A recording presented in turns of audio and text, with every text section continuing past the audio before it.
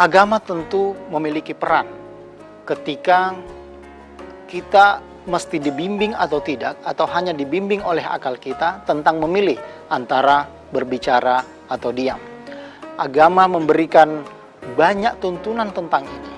Di antaranya adalah bahwa ketika kita mengetahui dengan pasti, ketika kita meyakini bahwa apa yang kita sampaikan itu melukai perasaan orang lain, maka pilihan terakhir setelah itu adalah diam, tidak berbicara, menahan diri untuk tidak berkata apapun.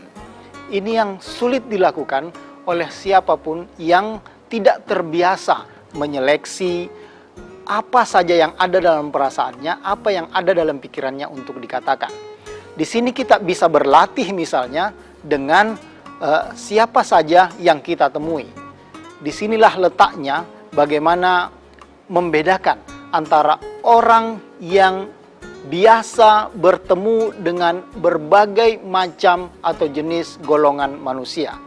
Ketika kita berbicara dengan orang sekampung, maka kita menggunakan istilah-istilah yang berbeda. Ketika kita pindah ke konteks lain, berbicara dengan orang-orang di kampus, di dunia akademik, maka kemudian nada, bahkan kata-kata itu pun juga terseleksi. Ketika kita pindah ke konteks lain lagi, maka apapun yang kita sampaikan juga mungkin berbeda. Inilah bahkan yang dipraktekkan oleh banyak pemimpin-pemimpin agama, bahwasanya ketika menyampaikan sebuah pendapat keagamaan, maka dia harus berpikir tentang kemungkinan-kemungkinan, ia harus mengantisipasi tentang hal-hal apa saja yang paling negatif yang bisa terjadi ketika ia menyampaikan sebuah pendapat. Dalam bahasa agama ini biasa disebut dengan istilah politik fatwa, di mana seseorang ulama, di mana seorang agamawan akan betul-betul memilih untuk menyampaikan pendapatnya tentang hal-hal yang sifatnya teologis, yang kemudian didengar, dinikmati, atau diikuti oleh orang banyak.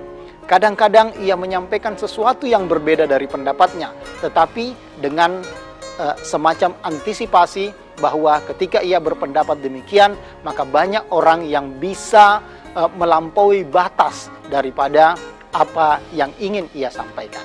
Pemirsa yang berbahagia, pilihan setelah memahami atau meyakini bahwa hal-hal yang kita sampaikan itu bisa melukai orang lain adalah diam. Disinilah kemudian muncul istilah diam itu emas, sementara bicara itu adalah perak. Dalam konteks ini, diam jauh lebih tinggi daripada berbicara, khususnya ketika berbicara itu mampu melukai perasaan orang lain. Diam adalah pilihan terbaik setelah kita tidak mampu mengatakan hal-hal yang bermanfaat oleh orang lain. Dalam bahasa agama, kita kadang-kadang pernah mendengar, kita diajari oleh ulama-ulama kita diajari oleh pemimpin-pemimpin agama kita, bahwasanya orang yang mampu menjaga sesuatu di antara hidung dan dagunya adalah betul-betul orang yang bisa menyelamatkan dirinya sendiri. Orang yang baik adalah orang yang mampu menyelamatkan teman-temannya, mampu menyelamatkan saudara-saudaranya dari bahaya-bahaya yang timbul dari lisannya.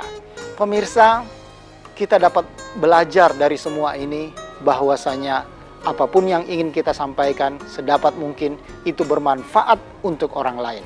Selain itu, pilihan yang terbaik adalah diam, karena diam menunjukkan kedalaman ilmu seseorang ketika ia harus memilih antara berbicara yang merugikan orang lain atau diam